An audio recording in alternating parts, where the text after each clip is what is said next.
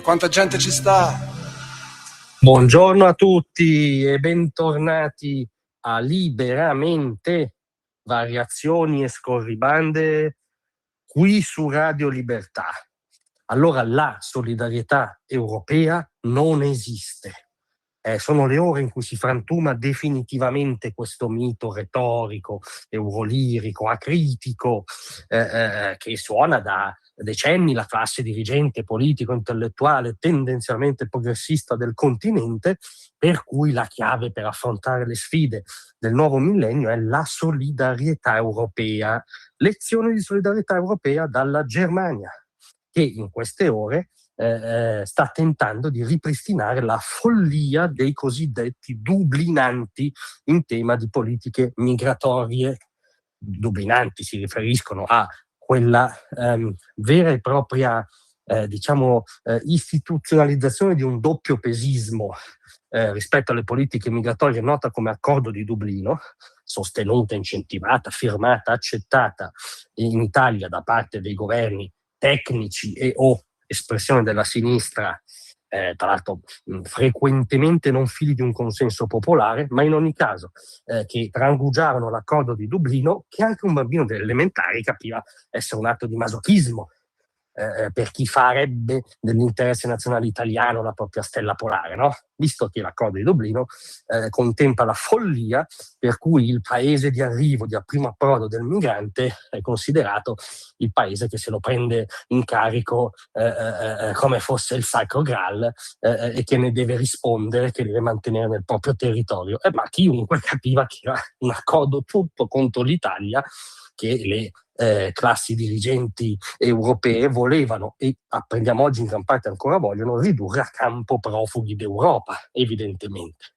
Questa follia venne sospesa grazie all'iniziativa del governo di centrodestra alla fine del 22. A giugno è entrato in vigore un nuovo regolamento che sbloccherebbe la sospensione. Ora non vi annoio con i dettagli. La notizia politica è che in Germania il cancelliere Merz, anche per tamponare la continua salita nei consensi di AfD, perché dopo anche lì lustri di mala gestione dell'immigrazione, guarda caso AfD cresce, Merz può avere dei problemi alle elezioni amministrative e poi sul lungo nazionali, e quindi ha ripristinato questa idea per cui l'Italia si deve riprendere i migranti che secondo le autorità tedesche sarebbero arrivati in Italia. Cioè si torna alla follia di qui sopra. Si torna alla follia per cui nella retorica certe frontiere, quelle italiane, sono le frontiere dell'Europa.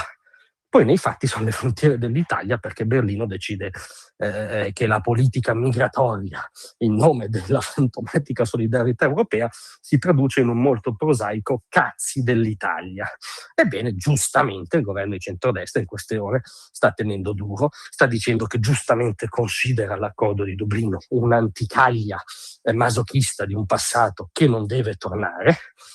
Speriamo e siamo convinti che si continuerà così, che si continuerà anche a ricordare, come ha fatto il ministro Salvini, con la forza degli atti, andando anche alla sbarra, non nella retorica, che difendere i confini è un dovere dei governanti.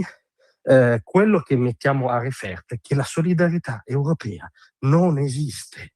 È un guscio vuoto, è appunto un contenuto retorico che serve a giustificare magari il Green Deal, cioè la follia di questo Moloch eco-talebano che si ripercuote sulle aziende, soprattutto sulle piccole e medie aziende. Quindi ancora una volta fa più danni in Italia che altrove, perché fanno più fatica le piccole e medie aziende ad adeguarsi a tutte le guarentigie folli del Green Deal.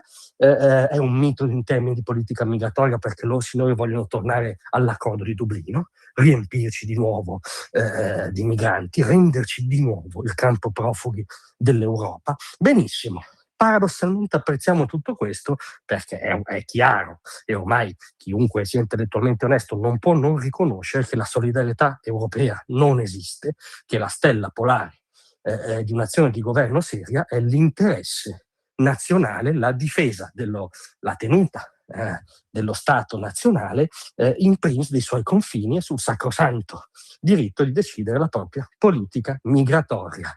L'Europa come unità retorica solidale non esiste. Grazie a tutti, a domani.